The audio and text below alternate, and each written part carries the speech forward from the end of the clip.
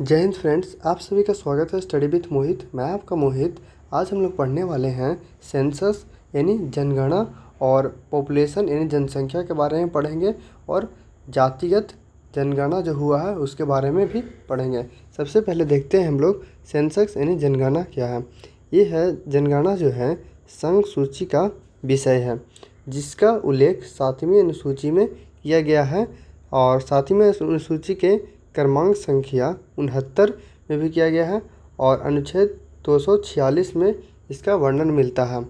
और भारत की प्रथम जनगणना वर्ष 1872 में लॉर्ड मेयो के समय में हुआ था और वर्ष 1881 में रिपन के काल में प्रथम व्यक्तिगत जनगणना हुई थी, जिसे भारत की प्रथम सरकारी जनगणना भी कहा जाता है।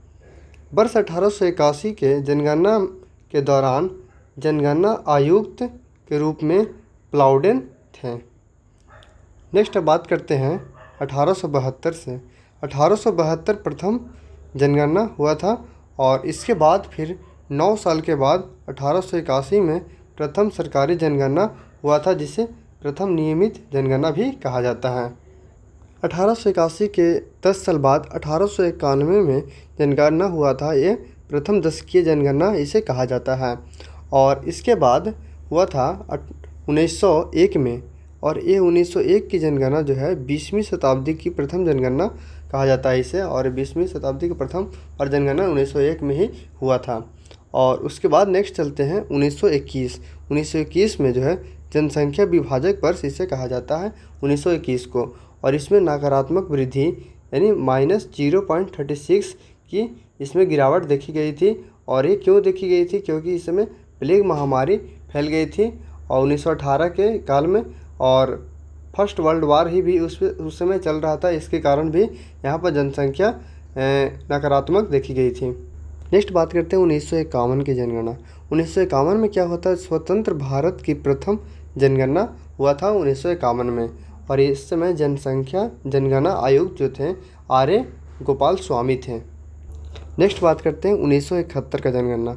1971 का जनगणना जो हुआ था स्वतंत्र भारत की दूसरी जनगणना हुआ था और इसमें जनसंख्या विस्फोट देखा गया था, यानी भारी मात्रा में इसे जनसंख्या को देखा गया था। नेक्स्ट बात करते हैं 2001 की जनगणना। 2001 की जनगणना जो थी 21वीं शताब्दी की प्रथम जनगणना इसे कहा जाता है 2001 की जनगणना को। नेक्स्ट अब बात करते हैं 2011 की जनगणना। 2011 की जनगणना इसका शुभंकर जो था प्रगणक शिक्षिका था। इसका शुभंकर कौन थे? प्रगणक शिक्षिका इसका शुभंकर थे। और इसमें जो वाक्य था, ध्येय वाक्य जो था, हमारी जनसंख्या हमारा भविष्य को इसमें वाक्य के रूप में प्रयोग किया गया था इसमें 2011 की जनगणना में।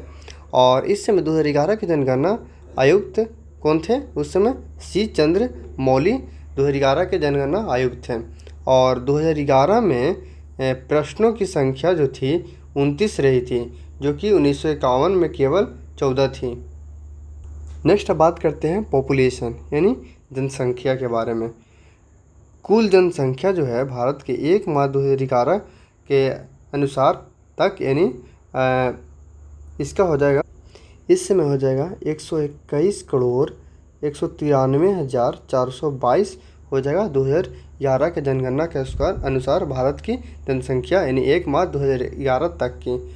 और जिसमें से पुरुष की जनसंख्या जो थी 62.37 करोड़ थी, यानी 51.47% थी। और महिला की जनसंख्या जो थी 58.64 करोड़ थी, यानी लगभग 48.53% थी। नेक्स्ट बात करते हैं सर्वाधिक जनसंख्या वाला राज्य और न्यूनतम जनसंख्या वाला राज्य। तो सर्वाधिक जनसंख्या वाला राज्य हो जाएगा उत्तर प्रदेश, पहला स्थान पर हो जाएगा। और इसमें यहाँ पे जो जनसंख्या तो उत्तर प्रदेश में जनसंख्या हो जाएगा 19.98 करोड़ यहाँ की जनसंख्या हो जाएगा। और दूसरा नंबर पर हो जाएगा महाराष्ट्र की जनसंख्या हो जाएगा 11.23 करोड़ हो जाएगा।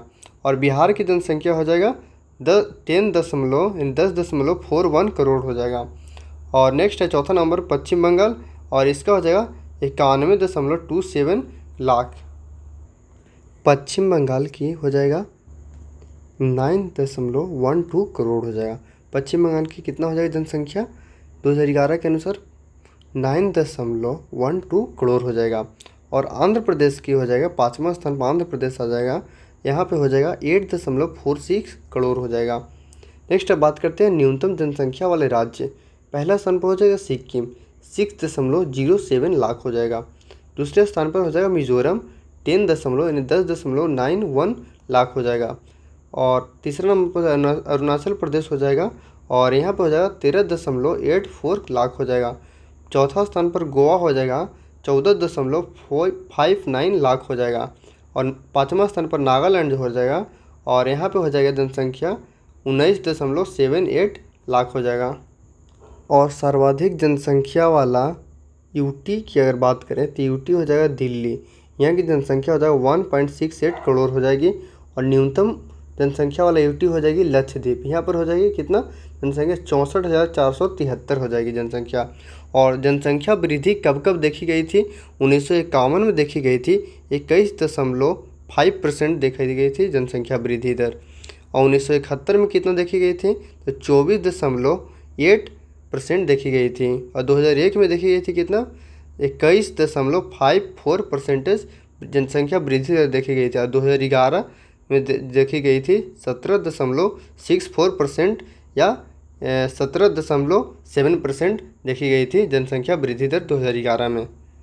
नेक्स्ट अब बात करते हैं सर्वाधिक जनसंख्या वृद्धि दर और न्यूनतम जनसंख्या वृद्धि दर। सर्वाधिक जनसंख्या वृद्धि दर में हो जाएगा पहला स्थान पर हो जाएगा मेघालय, यहाँ पर हो जाएगा 27.8% हो जाएगा। और अरुणाचल प्रदेश की अगर बात करें तो 25.9% हो जाएगा। और बिहार का हो जाएगा 25.1%। और न्यूनतम जनसंख्या वृद्धि दर में हो जाएगा पहला स्थान पर नागालैंड हो जाएगा जो -0.5% हो जाएगा। और दूसरे स्थान पर केरल हो जाएगा 4.9% हो जाएगा। और गोवा हो जाएगा 8.2% हो जाएगा। और सर्वाधिक जनसंख्या वृद्धि वाला यूटी की अगर बात करें तो दादरा नगर हवेली हो जाएगी 55.5%। और न्यूनतम जनसंख्या वृद्धि वाला यूटी की अगर बात करें तो लक्षद्वीप हो जाएगी 6.3% हो जाएगी। नेक्स्ट अब बात करते हैं जनसंख्या घनत्व क्या है।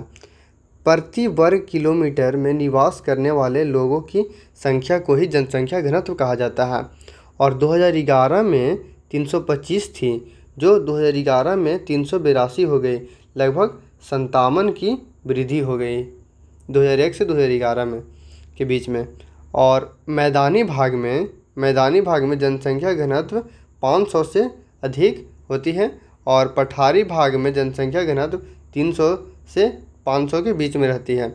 और नॉर्थ ईस्ट हिमालय और थार मरुस्थल और वृष्टि छाया क्षेत्र और जनजातीय क्षेत्र में 300 से कम देखी जाती है जनसंख्या घनत्व। नेक्स्ट बात करते हैं सर्वाधिक जनसंख्या घनत्व और न्यूनतम जनसंख्या घनत्व। सर्वाधिक की अगर जनसंख्या घनत्व की बात करें तो पहले स्थान पर बिहार हो जाएगा 1106 और पश्चिम बंगाल हो जाएगा 1028 और केरल हो जाएगा 860। और न्यूनतम जनसंख्या घनत्व की अगर बात करें तो हो जाएगा अरुणाचल प्रदेश में 17 हो जाएगा और मिजोरम 52 और सिक्किम 86 हो जाएगा। और सभी राज्यों एवं यूनियन टेरिटरी यानी केंद्र शासित प्रदेश में सर्वाधिक जनसंख्या घनत्व की अगर बात करें तो दिल्ली हो जाएगी 11,320 हो जाएगी। और न्यूनतम जनसंख्या घनत्व वाला यूटी हो जाएगा अंडमान निकोबार 46 हो जाएगा।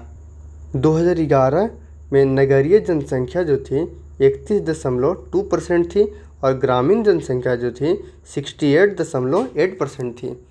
नेक्स्ट अब बात करते हैं सर्वाधिक नगरीय जनसंख्या जो थी महाराष्ट्र में थी 5.08 करोड़ थी।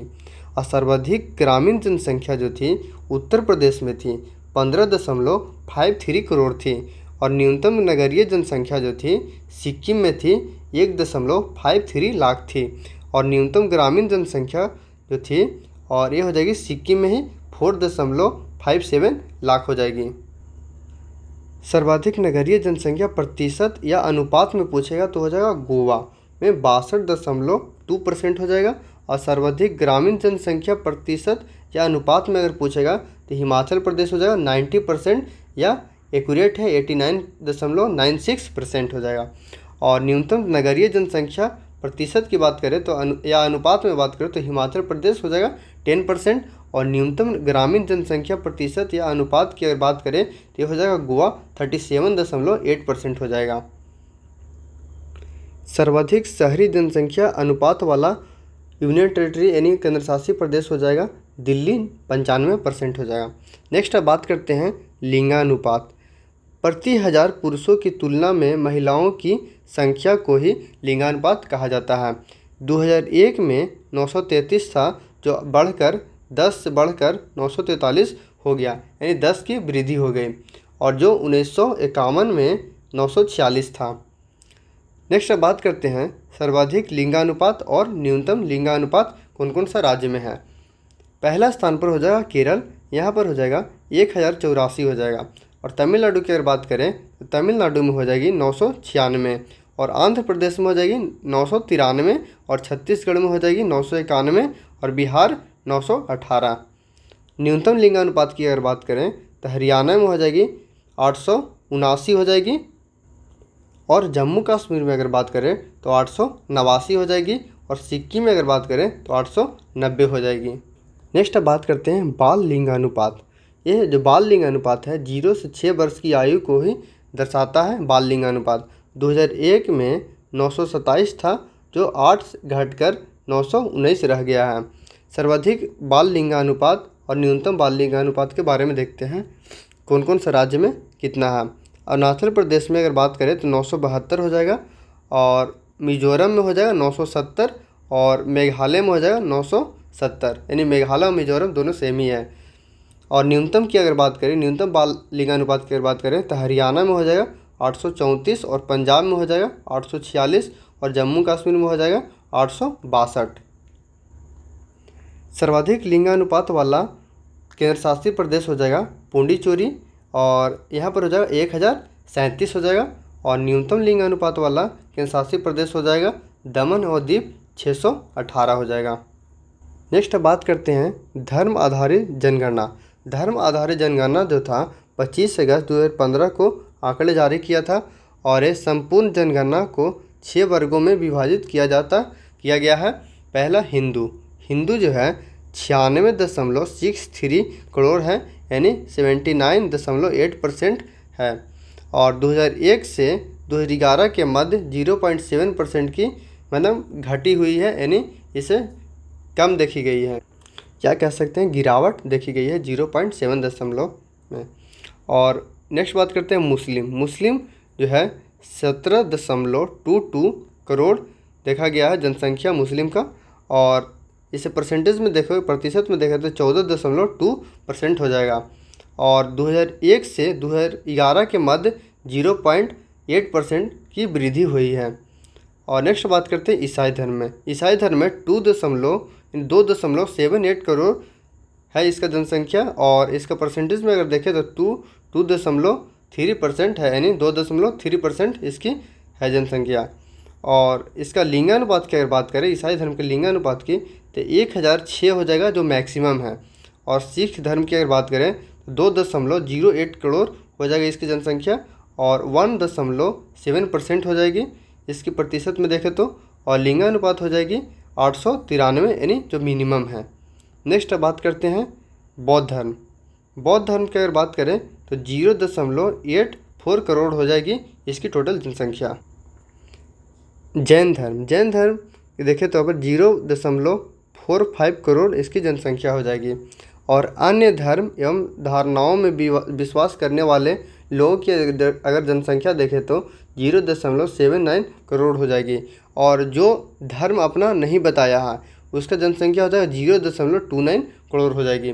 नेक्स्ट अब बात करते हैं सर्वाधिक हिंदू जनसंख्या परसेंटेज वाले राज्य एवं केंद्र शासित प्रदेश, और सर्वाधिक मुस्लिम जनसंख्या प्रतिशत वाले राज्य एवं केंद्र शासित प्रदेश। हिमाचल प्रदेश सर्वाधिक हिंदू जनसंख्या वाले राज्य हो जाएगा हिमाचल प्रदेश, 95% हो जाएगा। और उसके बाद हो जाएगा दादर नगर हवेली, उसके बाद है उड़ीसा, और उसके बाद छत्तीसगढ़ हो जाएगा। और सर्वाधिक मुस्लिम जनसंख्या की अगर बात करें तो लक्षद्वीप में हो जाएगा 96.5%, और जम्मू कश्मीर में हो जाएगा 68.3%, और असम में हो जाएगा 27% और पश्चिम बंगाल में हो जाएगा 27%। सर्वाधिक मृत्यु दर ये जो है मध्य प्रदेश में 54 प्रति हजार जीवित जन पर देखा गया था। न्यूनतम मृत्यु दर जो हुआ था देखा गया था गोवा में 9 और मणिपुर में 10 और केरल में 12। नेक्स्ट अब बात करते हैं अनुसूची जाति के बारे में, देखते हैं शेड्यूल कास्ट के बारे में। कुल शेड्यूल कास्ट की संख्या जो है, अनुसूचित जाति की जो संख्या है वो 20.13 करोड़ है, जो देश की कुल जनसंख्या का 16.6% है। और अनुसूचित जाति की जो दशकीय जनसंख्या वृद्धि दर है 20.8%, इसकी जनसंख्या वृद्धि दर हो जाएगी 20.8%। और लिंगानुपात की अगर बात करें तो इसका लिंगानुपात 945 हो जाएगा। और साक्षरता दर की अगर बात करें तो 37.4% हो जाएगी इसकी साक्षरता दर। और पुरुष की अगर बात करें तो पुरुष की हो जाएगी 49.9% हो जाएगी। और महिला की अगर बात करें तो 23.7% हो जाएगी। पुरुष की हो जाएगी 49.9% और महिला की हो जाएगी 23.7% हो जाएगी। नेक्स्ट बात करते हैं सर्वाधिक एससी जनसंख्या और न्यूनतम एससी जनसंख्या। अगर सर्वाधिक एससी जनसंख्या की अगर बात करें तो यह हो जाएगा उत्तर प्रदेश में 4.14 करोड़ हो जाएंगे। और पश्चिम बंगाल की अगर बात करें तो 2.15 करोड़ हो जाएगी। और बिहार की में अगर बात करें एससी जनसंख्या की 1.66 करोड़ हो जाएगी। और न्यूनतम एससी जनसंख्या की अगर बात करें तो ये हो जाएगी मिजोरम 1218 हो जाएगी। और मेघालय में 17,355 हो जाएगी। और जम्मू कश्मीर में 25,449 हो जाएगी।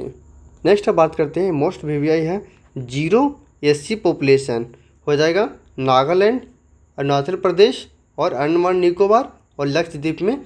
जीरो एससी पॉपुलेशन कहने का मतलब है वहाँ पर एक भी पॉपुलेशन नहीं है एससी का, यानी शेड्यूल कास्ट का, यानी अनुसूची जाति का। एक पॉइंट और याद कर लीजिए, सर्वाधिक एससी जनसंख्या परसेंटेज वाले राज्य कौन कौन सा हो जाएंगे। पंजाब हो जाएंगे 31.9% और हिमाचल प्रदेश हो जाएंगे 25.2% और पश्चिम बंगाल हो जाएगा 23.5%।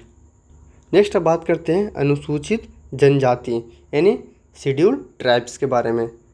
इसका कुल जनसंख्या जो है 10.42 करोड़ है और देश की कुल जनसंख्या का 8.6% है। और इसका लिंगानुपात की अगर बात करें तो 990 हो जाएगी इसका लिंगानुपात। और मैक्सिमम हो जाएगी गोवा का 1046 हो जाएगी गोवा में। और मिनिमम की अगर बात करें तो जम्मू कश्मीर 924 हो जाएगी। और अगर इसकी साक्षरता दर की बात करें तो 59% हो जाएगी। नेक्स्ट अब बात करते हैं सर्वाधिक एसटी जनसंख्या और न्यूनतम एसटी जनसंख्या। सर्वाधिक एसटी जनसंख्या में मध्य प्रदेश आती है 1.53 करोड़ के साथ और ये राज्य की कुल जनसंख्या का 21.1% है। इसके बाद में आती है महाराष्ट्र और उड़ीसा, राजस्थान और गुजरात आती है। और न्यूनतम एसटी जनसंख्या की अगर बात करें तो ये हो जाएगा गोवा 1.49 लाख हो जाएगी। उसके बाद सिक्किम आती है, उसके बाद उत्तराखंड आती है। मोस्ट वीवीआई है जीरो एसटी पॉपुलेशन हो जाएगा पंजाब, हरियाणा, दिल्ली, चंडीगढ़ और पौंडीचेरी में जीरो एसटी पॉपुलेशन। यहाँ या कहने का मतलब है यहाँ पे एक भी एसटी पॉपुलेशन नहीं है, शेड्यूल ट्राइब्स की एक भी पॉपुलेशन नहीं है, यानी अनुसूची जनजाति एक भी नहीं है। सर्वाधिक एसटी जनसंख्या परसेंटेज वाले राज्य कौन कौन सा हो जाएगा। मिजोरम में 94.5% है। नागालैंड उसके बाद हो जाएगा मिजोरम के बाद, फिर उसके बाद मेघालय हो जाएगा। और न्यूनतम एसटी जनसंख्या परसेंटेज वाले राज्य हो जाएगा गोवा, जो यहाँ पे है 0.04% हो जाएगा। सर्वाधिक अगर एसटी जनसंख्या परसेंटेज वाला जिला की अगर बात करें तो ये हो जाएगा शेरछिप जिला जो है मिजोरम का शेरछिप जिला है। यहाँ पर 98.1% देखा गया है यहाँ पे जनसंख्या एसटी का। न्यूनतम एसटी जनसंख्या की अगर बात करें तो ये कौन सा जिला हो जाएगा, ये हो जाएगा हाथरस हो जाएगा, यूपी का एक जिला है हाथरस। यहाँ पर जनसंख्या देखा गया है 0.0%, यानी सबसे न्यूनतम एसटी जनसंख्या देखा गया है हाथरस यूपी में। एक कुछ इम्पोर्टेंट पॉइंट है, इसे आप याद कर लीजिएगा।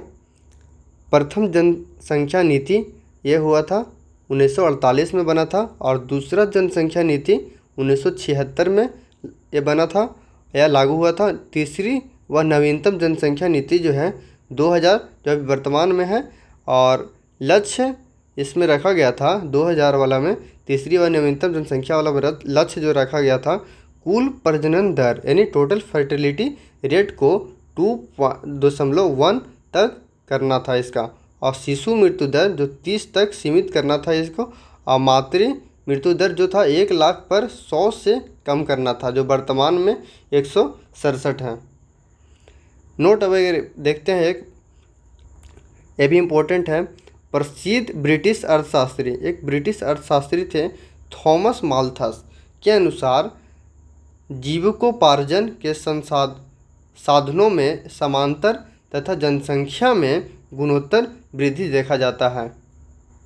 एक ब्रिटिश अर्थशास्त्री जो थे थॉमस माल्थस के अनुसार जो जीविकोपार्जन के साधनों में समांतर वृद्धि देखी जाती है और जनसंख्या में गुणोत्तर वृद्धि देखी जाती है। एक कई बार एग्जामों में पूछा जाता है जनसंख्या में गुणोत्तर वृद्धि देखी जाती है।